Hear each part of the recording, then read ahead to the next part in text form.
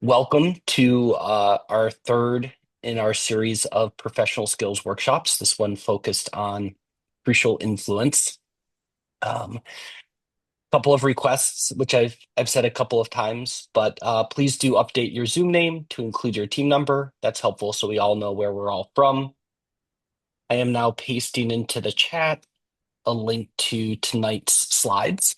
So go ahead and click on that now so you have them open in another tab so you can reference them later during the breakout. As a reminder, for some of you, you have seen this multiple times, and for others of you, this is your first time seeing it. And so therefore, when we are asking for your thoughts and your perspectives, or we're in breakout rooms or reporting out, we ask that you keep that in mind. It's an opportunity here to both model behavior and create space for others to practice it as well. And then finally, we say this every week, but it's certainly worth repeating. These concepts aren't a once and done thing at a professional skills workshop. These are challenging skills to master, and we need to practice them at all of our regular meetings, right after school, during RAD, throughout the build season, all the time. So please feel free to encourage each other to do that and to reach out to us mentors as well to help you practice. So tonight, Mr. John and I, Mr. Schmidt, will be sharing our thoughts on crucial influence. I'm going to turn it over to Mr. John. Thank you very much, Mr. Schmidt. We're very happy to see all of you here. Really great turnout. I'd especially like to welcome our friends from outside of the team. Thank you very much, as well as new members to our team. So tonight we are going to talk about the ideas and tools in this book called Crucial Influence. The book is from the same group that brought us Crucial Conversations, which we talked about last week. So why are we talking about this tonight? Well, next slide, please. As it turns out, fewer than 1 in 8 workplace change efforts produce anything other than cynicism. At the companies I have worked at, this has certainly been true much too frequently. Somebody, vice president, somebody wants to make a big change, and it doesn't go anywhere, it flops, and people are just cynical about the change.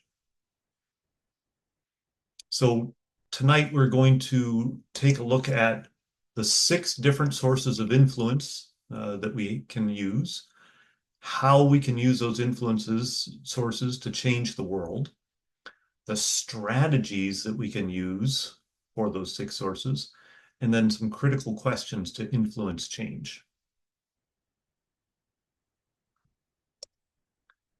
So what I'd like you all to do right now is to think of some change that somebody tried to make in an organization. So not necessarily your robotics team, but maybe. And think about this change that they tried to make. It could have been successful or unsuccessful. Think about these 6 questions here in front of you. Which ones seem to be applicable in the situation where they were trying to make this change? And what I'm going to ask you to do is we're going to do a waterfall response. So everybody will, in a moment, enter their answers into the chat and then wait to press enter and send the message. And then we'll have everybody enter at the same time. So if this change was pleasurable and meaningful to the person who had to do it, then you would add a 1. If it was also something that the organization's members were capable of doing, then it'd be a 1 and a 2, right? And build on that. Were people encouraged to do it? Number 4, were they enabled to do it? Number 5, were they rewarded or were they punished for doing or not doing it? And did the organization's members' physical environment enable their ability to get it done? So having those ideas in your head, what of those 6, how many of those 6 applied, please type those into your chat, and then Hit enter on three, two, one, go. Let's see what we get.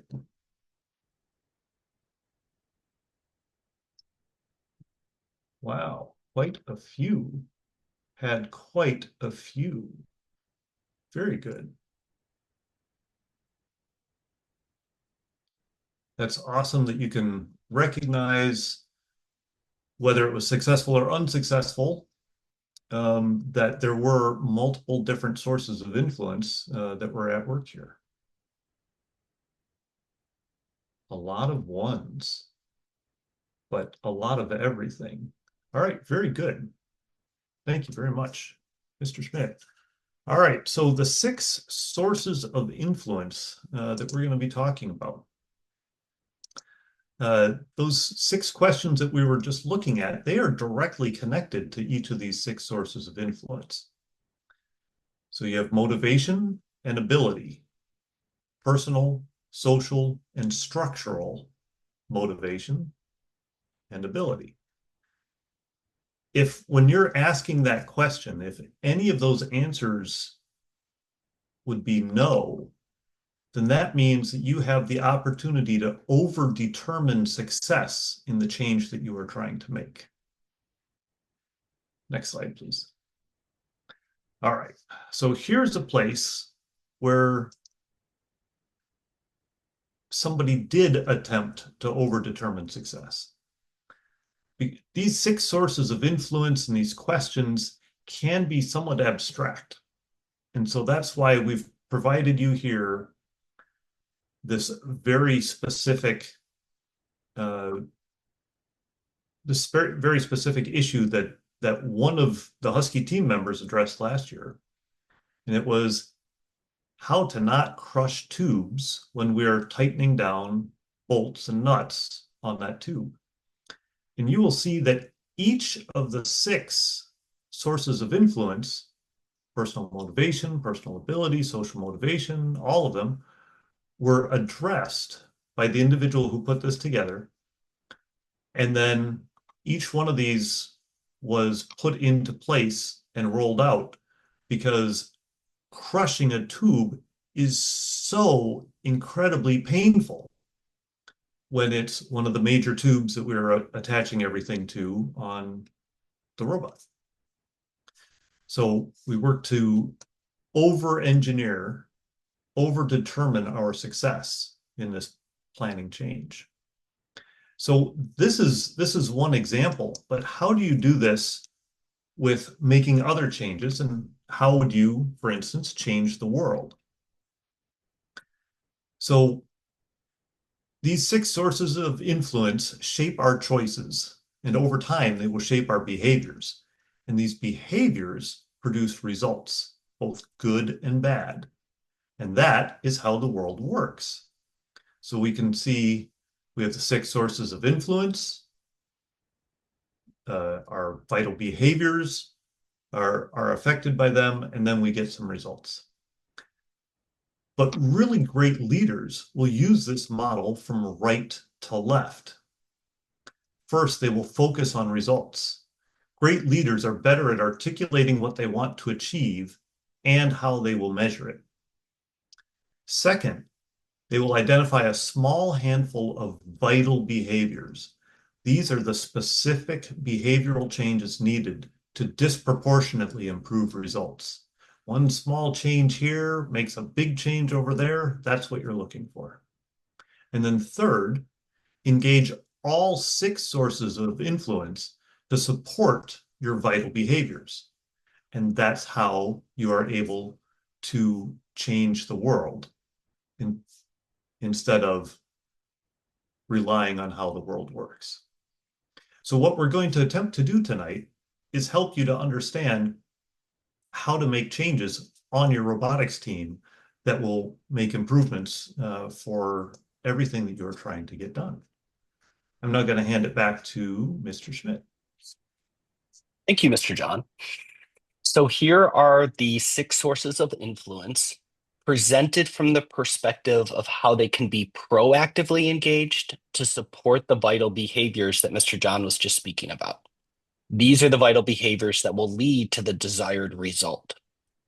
What we are going to do this evening is go through each of these six and share a few strategies for each one.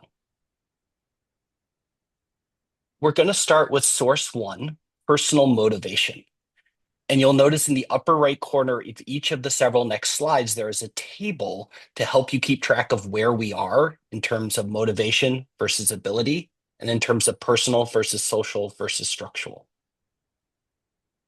Our four strategies for personal motivation are all reframing tactics. The first one is that a change of heart can't be imposed. It can only be chosen. People are capable of making enormous sacrifices when they have the choice to act on their own. An influential leader's job is to help them find their own reason to choose the vital behavior. The second, create direct experiences. The most powerful way to help people recognize, feel, and believe in the long-term implications of their choices is to get out of their way and let them experience them firsthand. Ask people to just try it. People tend to resist new behaviors because they're crystal clear about what they're going to lose by changing, but uncertain about what they'll gain. When it comes to change, humans tend to overvalue what they're losing while undervaluing what they gain. No amount of cheerleading will allay the fears as fast as a hands-on experience. Another way of creating vicarious experience is through storytelling. This powerful influence tool is available to all leaders and requires zero resources and very little time. When influential leaders recognize that others aren't personally motivated to enact a vital behavior, they don't work around that problem, they work through it. They operate on the confidence that people are not morally defective, but just asleep. When called for, they create vicarious experience through telling compelling stories. The author Richard Powers, in one of my favorite books, The Overstory, says the best arguments in the world won't change a person's mind. The only thing that can do that is a good story. And finally, make it a game. Consider the elements of an enjoyable game: keeping score, competition, constant improvement, control. What we'd like you to do now is to take a moment and think of direct experiences that you have created for others or others have created for you. And then go ahead and click on the raise hand thing, and we're going to give a few of you an opportunity to share those out and celebrate them with the rest of us.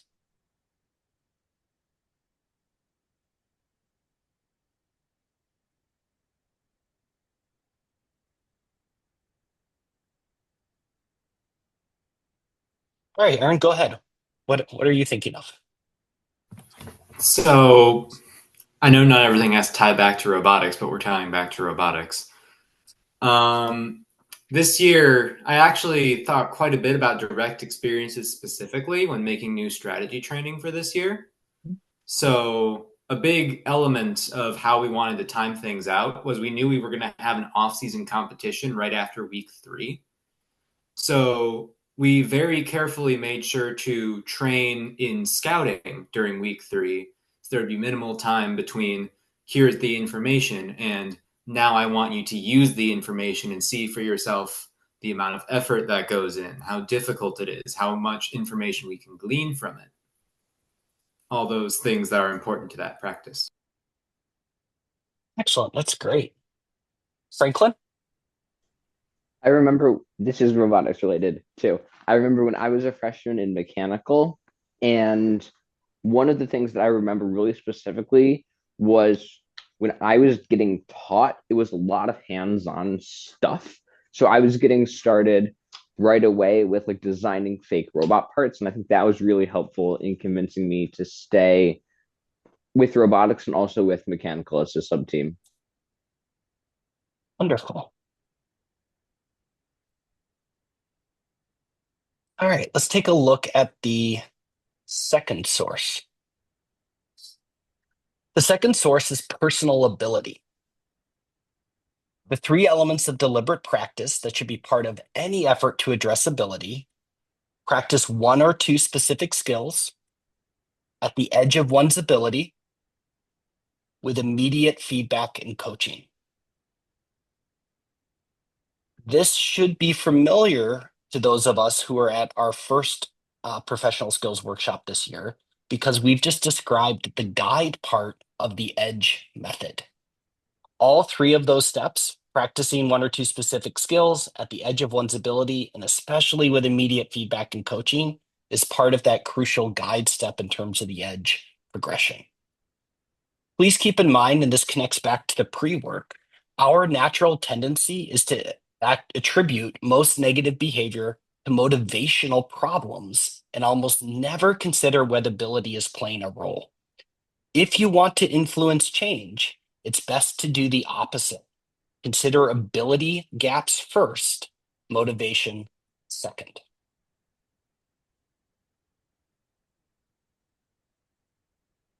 The third source is social motivation. Smart leaders appreciate the tremendous power humans hold over one another. And instead of denying it, lamenting it, or attacking it, they embrace and enlist it. They use the power of social influence to support change by ensuring that the right people provide encouragement, coaching, and even accountability during crucial moments. Great leaders ensure that people feel praised, emotionally supported, and encouraged by those around them every time they enact vital behaviors. And they ensure that people feel discouraged when they make the wrong choice. There are many examples from the team culture and crucial conversation workshops that the team uses to provide social motivation. For example, servant leadership, a team player mindset, active welcoming, and making it safe all provide positive social support for our team members to enact the vital behaviors that are needed for us to be successful. Once you foster new norms, change becomes almost inevitable. And that raises the question, how do you create new norms? And here's how. Number one, make the undiscussable discussable. This connects back to having a team player mindset and making it safe. And number two, create 200% accountability. Create an environment in which everyone is responsible, not just to enact the vital behaviors themselves, but to hold others accountable for them as well. What I'd like you all to reflect on at this moment is think about what some people may think is undiscussable on your team. After giving you a little bit to think, I'm going to ask a few participants to share their thoughts on what they or others might think are undiscussable.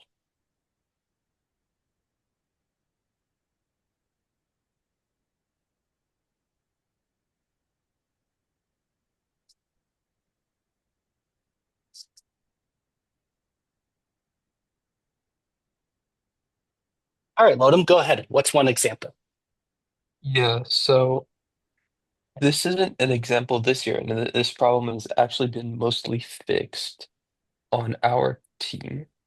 But a couple of years ago, we had a major issue where it was almost undiscussable to like admit that a robot was very behind in the build process. And that just created more tensions, more issues, and um didn't create situations where some people felt safe to ask for help during the season. So um, we've later and now have tried to instill even more open communication about this. That's great. Thank you.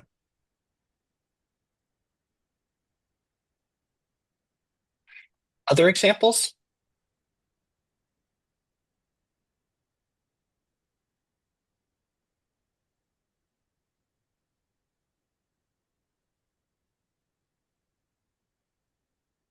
Mr. John, did you want Everything to share is, one?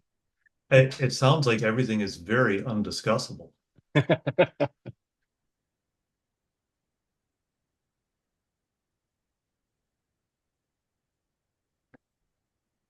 Well, I have one example that I wanted to share because I think it's important.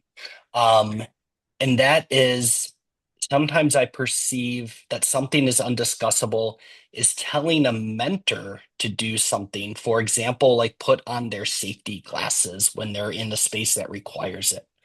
And that is something that mm, some people may think is undiscussable because there's an imbalance of power there. But it should definitely be discussable because we need to keep each other safe and we all need reminders from time to time. So, Mr. John. All right. So now we're going to talk about the fourth source, social ability. An effective leader is someone who's going to build plans to provide these four opportunities in their change management. The first one is social permission. Those with formal or informal authority must overtly enable the behavior that might have been taboo or maybe even undiscussable in the past. Modeling. If a picture is worth 1,000 words, then a live model who shows what the vital behaviors look like in action is worth millions. Back to prior training about servant leadership, a servant leader is often somebody who will go out there and model those vital behaviors to show that, yes, this is exactly what it is that I'm looking for. And helping someone when they need it, when someone hasn't yet mastered a new behavior, to have the social ability built in that someone is going to provide that help is a marvelous thing. And real-time coaching is very important to help lift someone to the next level. Learning is always accelerated when coaching immediately follows an initial attempt at a new behavior. So an example of enabling social ability occurred in the weeks leading up to Twist for the Huskies team.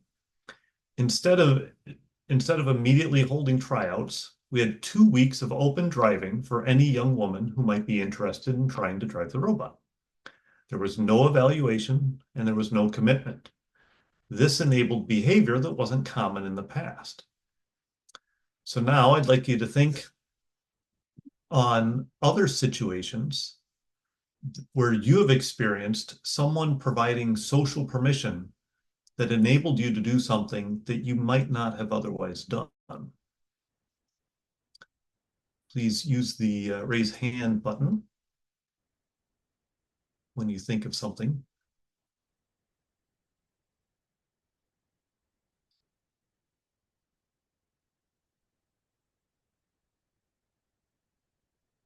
Again, someone might have been modeling the behavior that they wanted people to be able to use. They might have been specifically calling out that this is what we want to be doing in the future. Yes, Aaron. When I first joined the strategy sub team, my leader at the time, his name was Maz, modeled very much the way he wanted the sub team to carry on after he left. It was his last year. He didn't expressly say a ton, but there was always this, I don't care how much expertise you have, say something. We're all here to listen and make the best of whatever ideas we have. Very good. Very good. Thank you very much. What else?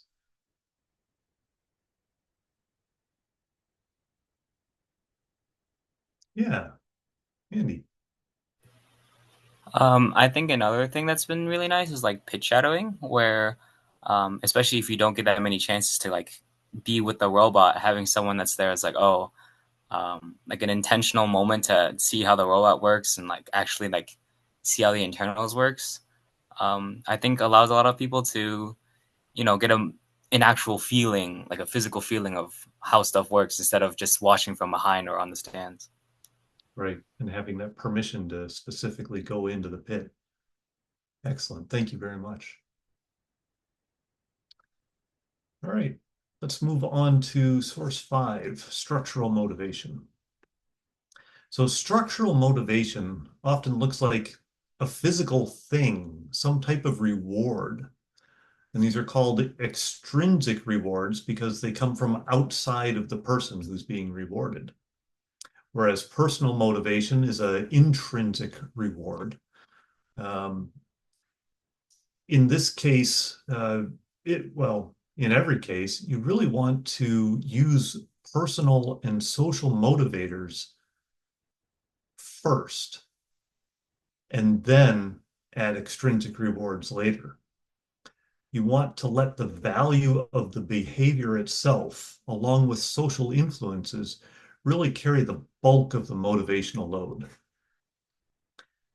Then, given that you're going to have these extrinsic rewards, you want to use them very wisely. Don't be afraid to draw on small, heartfelt tokens of appreciation. Remember, when it comes to extrinsic rewards, less is often more. Third, you want to make sure that you reward the behavior and not just the results. When you take care to link rewards to the vital behaviors that you want to see repeated, not just the results, then you are making sure that the process that the individuals are going through is the process that you want them to go through. Because sometimes outcomes can hide inappropriate behaviors. You might have heard of this as cutting corners, right? We were still able to build the thing, but we cut a few corners and made it a little bit more cheaply, and yeah, it doesn't stand up as strong as it could, right? That's not something we want. We want it to stand up with strength. The last item here is to discipline sparingly. If you end up having to administer discipline, first, let them know that you're going to need to do this before you impose the punishment, so that they have a chance to try to fix what they're doing and follow that vital behavior. But if all else fails, you need to follow through on those communicated consequences. So last year, students, and actually we just started this year, right? Students and mentors will recognize other students who exhibited these desired behaviors through our dedicated dogs program. Students who are recognized get to choose a robotics themed sticker. So I'd like you all to think and use the raise hand button. Reflect on examples where our team, your team, has provided structural motivation. I'd like to get some people to think about what we've done in the past.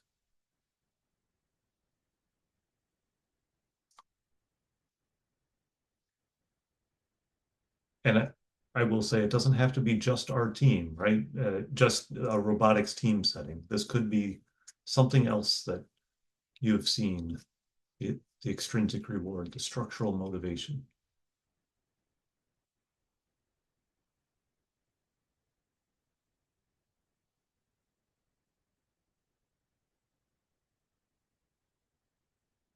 Cooper. This isn't from robotics, but one of the things that comes to mind is like spirit days and spirit weeks.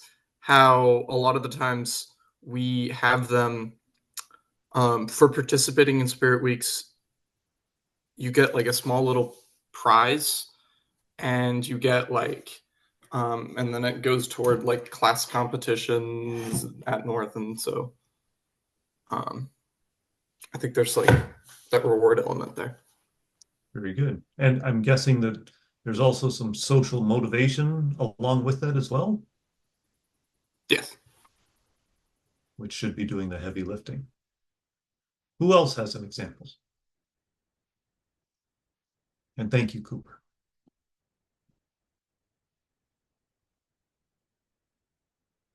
All right, I'm going to share something from work.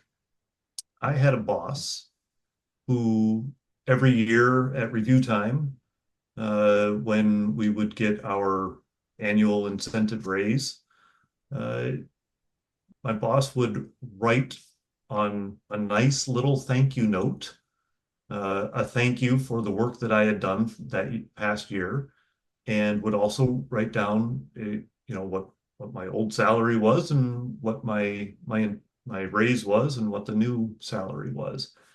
And it was, a small, little, tiny note, but it was a heartfelt thank you. And everybody who received those felt really good about doing good work for this boss. He also used plenty of the other social and personal motivation and ability work ahead of time. All right. For this next step, Mr. Schmidt and I need to do a little tiny bit of preparation.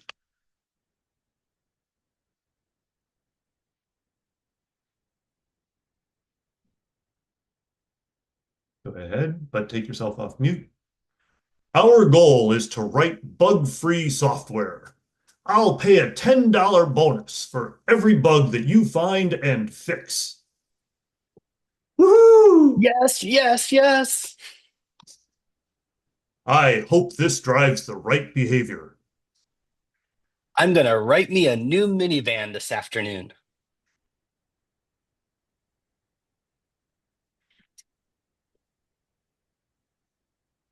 As it turns out, Mr. Schmidt and I have the same favorite Dilbert cartoon. All right, let's move along to our next one. Mr. Schmidt, I think we're doing okay on time. It's 8:34. All right. So one of the simplest ways to increase your influence is to make physical and virtual changes that make bad behavior harder and good behavior easier. So we're going to discuss 5 ways of achieving this. The first one is to add a cue. When you use cues, you can prompt attention at the very moment that a new behavior is needed. When I think about reading through instruction manuals, they often have different little symbols next to each step, and that symbol means, hey, careful, there's something sharp here, or hey, careful, there's electricity here. You can also change the data stream. You can influence hearts and minds by exposing people to information that helps them see what happens when vital behaviors are and are not practiced. When we get into promoting physical proximity, we use distance to shape choices. Research shows that the frequency and quality of human interaction is largely a function of physical distance.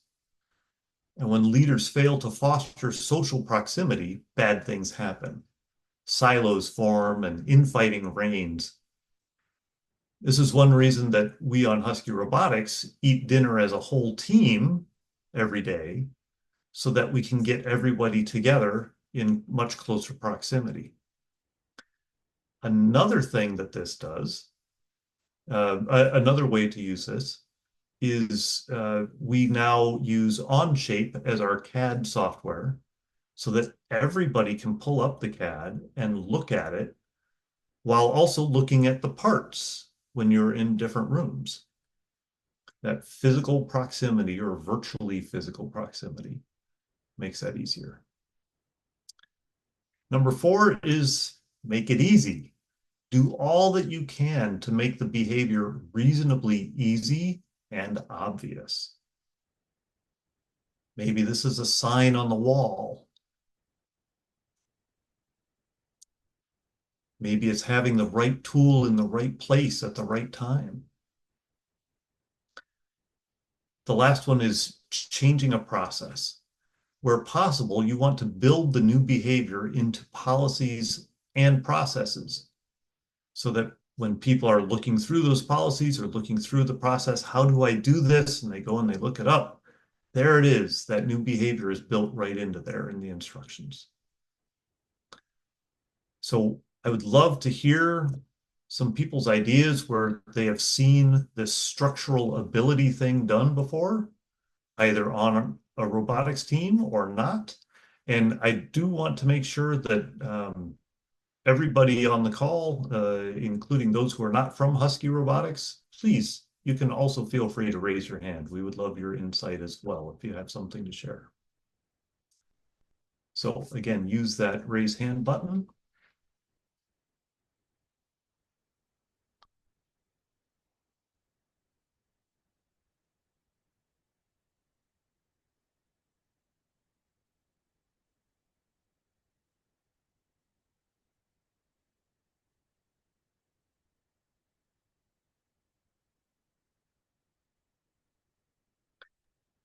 Can So I share one to something, get us started, Mr. oh, John? sure, absolutely, absolutely. Thank you, Mr. Schmidt.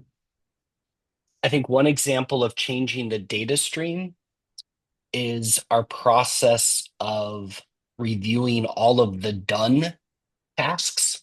I guess now we call them issues, and confirming that they are in fact done. And while the confirmation is important, just as important is changing that data stream so that the whole team in the setting for dinner sees all of the vital behaviors that are resulting on the team making progress. Thank you very much. Is there someone who could talk about our workflows and how perhaps they are cues to prompt attention at the moment a behavior is needed?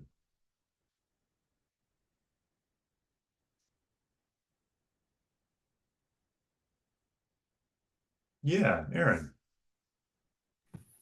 This isn't quite workflow. I that's don't fine.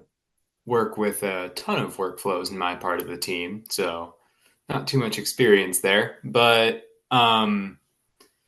just the structure of the robotics team in itself, the structure of our leadership, and how you reach a leadership position.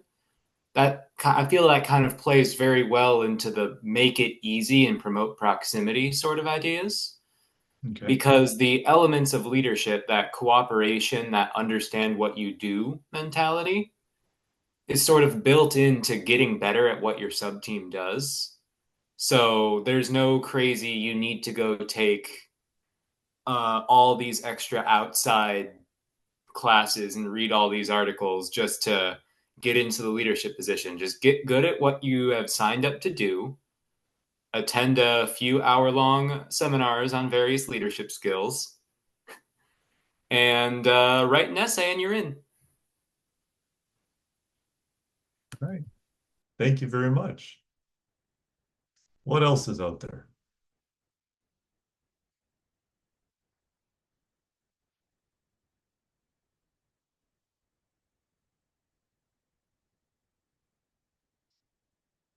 Okay, well, I hope that structural ability is not an undiscussable thing.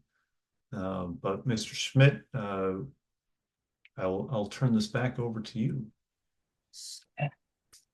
I think reflecting on this a little bit, I think perhaps we're so used to some of the structural ability things that we've incorporated over the last few years that we don't think of them as novel anymore. But I would say everything from our design review process and questions to our software feature sheet to our CNC and machining order forms, and really every column on those and why they exist and what is specified are all ways that we are adding a cue so we think about those questions. We're making it easy. We're changing that process and documenting it. And what's really special to me from my perspective is that none of these things were done 10 years ago. And so I think there's a close connection between structural ability as a source of influence and institutional knowledge. And that's how we build up our institutional knowledge. And that connects to our team goal of sustainability. So I think we can start to see all these different parts connecting. So I'm gonna paste in here again. I just want to make sure like everyone has access to it because some people have come. Here's a link to um, the slides for tonight. So go ahead and click on that now. So it opens up in another tab because in a moment we will do some breakout rooms. And I want to explain the purpose of those breakout rooms. On this slide, which you can get to through the other link, are our season goals for the 2023-2024 season, so last year's goals. And so what I'd like each breakout room to do is to choose at least one goal. We'll see how much time you have in your breakout room discussion, but choose at least one goal from last season by clicking on the link on the slide. Together, identify an example of one source of influence that we applied. And I don't expect that you have all 6 memorized, which is why you have a link to the slides so you can flip through them and be like, oh yeah, it was number 3. And identify an example of one source of influence that we didn't, but could apply. And for those of you who are not in Husky Robotics, reflect on one of your team's goals from last year, and connect a source of influence that was applied and that could have been applied as well. So, Mr. John, I'm thinking 4 minutes plus a minute to wrap up in the breakout room. Does that sound like a reasonable time to you? All right, welcome back, everyone. We would love to have a few groups share out from what you discussed in your breakout room. Would anyone like to get us started?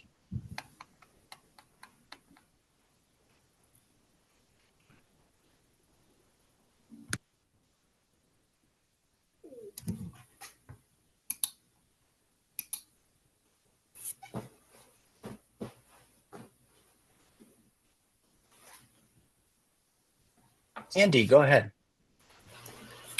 Our group was talking about the goal to have our weekly stakeholder done every week. And we kind of thought that even though originally there was like a structural kind of like motivation to it, where well, that's like a structural kind of ability to it, where we always send out the link, we'd always remind people every week. We also thought that's something we could have improved on, especially when like things get stressful, we have to redesign our robot, time gets limited. One thing that we could have improved upon is kind of streamlining it, where, for example, during dinner, we already kind of do our stand up and kind of already explain what we did for the week. Would there be an easier way to kind of push these two together instead of having 2 separate tasks? Nope. If you're taking I a love note, that. Mr. Schmidt, we could see that. Oh, Andy, your idea was so good. I didn't want to forget it, so I captured it immediately. I think that's great. Would you say that you had proximity to your note-taking device so that you were able to? I did. Apparently, it pops up on the wrong screen, however. Thank you, Andy. That was excellent. Who else would like to summarize what their group discussed in our breakout room? Yeah, Franklin, go ahead. Yeah, so my group talked about the goal that was no one sits alone at dinner who hasn't specifically chosen to.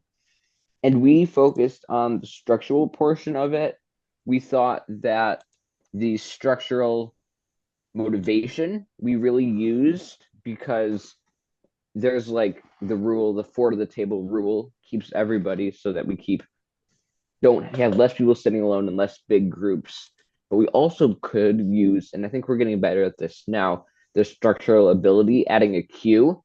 For example, like when someone says dinner is ready, someone else says in chat something like, okay, everybody start wrapping up. Remember, 4 to a table. We've also been announcing it at announcements in 1D4, which I think is just reminding everybody so we can keep working towards meeting that goal. That's fantastic. Thank you. Fatima, could you share your idea? So something our group discussed was preparing new members to be equipped on their sub team. And Cooper mentioned that electrical basically like compiled a document with like basically how to do everything in the correct procedure. So that would be helpful for the new members that they could always refer to it. So I think that's like definitely a structure that they implemented that was really positive from last year. Great, thank you. Lodum, did you have one to share? Yeah, I do. So we talked about our goal of building a robot that can qualify us for the World Championship and more broadly qualifying for the World Championship. Um, One thing we do well is we've been to the World Championship a couple times, so there's almost this social pressure, this social motivation to really strive to be competitive in these regionals and try to advance. Um, this one's a smaller one, but that we haven't done is to apply a little bit more structural motivation, um, especially to explain to members earlier on during the build season on what we are actually working for and why having such a great impact presentation or having such a competitive and like good robot can like bring us all these great benefits like going to Worlds. Great. Thank you. Nogo, go ahead. Okay, so our breakout room also talked about preparing our team for the future. And one thing that plays a huge role in getting new members or even returning members ready for build season and prepared to take on stuff on their own is having like hands-on experience in using the edge method and stuff like that. So from what I've seen, we've been doing really well with that. But something that I think we can always improve on, like no matter how good we are, especially during preseason, is when the rush of build season comes in. Sometimes it can be like new members are still not at a point where they can function completely independently. So stuff like what Cooper said um can help members be more like self-sufficient, I guess. But also ensuring that we're still using in the edge method in guiding and enabling new members to do things even with build season. Great, thank you. Here are 3 critical questions to influence change. And these 3 critical questions should seem familiar because they are the 3 steps that we outlined at the beginning on the how to change the world slide. If you're not up against a great deal of resistance, you may not need to overthink the problem. It could be that simply throwing 1 or 2 sources of influence at the behavior will invite change. The primary value for these strategies is not just for solving big, hairy, overwhelming problems.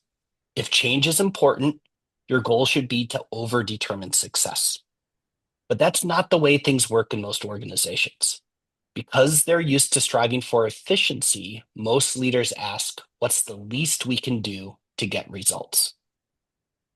Leaders are less likely to fall prey to this mindset if they've thoroughly diagnosed the problem, if they've gathered data about how well or poorly all sources of influence are aligned with the behaviors they hope to foster. They then create more realistic influence plans. Tonight, we focused on crucial influence. There is another book titled Crucial Accountability, which also focuses on the 6 sources of influence, but from a different perspective. These 6 sources of influence can also be applied reactively to hold each other accountable in a manner that strengthens relationships. If that sounds interesting to you, then I encourage you to take a look at the Crucial Accountability book. Next week, next Monday, we have our Vision and Goals Professional Skills Workshop, and that is being prepared by Mr. Gupta and Ms. Kama. So I encourage all of you to come. This session will not focus on like specific, like our team specific vision and goals, more about how the structures and the thought process you can go through to develop vision and goals. And then our captains will lead a final session on November 25th, where we'll refine our mission objectives and goals in light of what we've learned next Monday. Mr. John and I would like to strongly encourage you, try to influence you tonight or tomorrow to please share any feedback you have on this particular professional skills workshop session or these sessions in general in the context of what should we keep doing, what should we consider fixing, what should we try next time. And this link here, which is also in the slides, will take you to that form as well. And we had a few responses to crucial conversations last week, and I greatly appreciate each and every one of those because I can make things better for next year. And we tried to make some changes to this one based on that. But we really do want your input because that's the best way that we can make change and make it better for the future. So thank you all for joining us this evening, and a special thanks to Mr. John for helping to facilitate this session. And we'll hope to see you all next Monday evening. Thanks, everybody.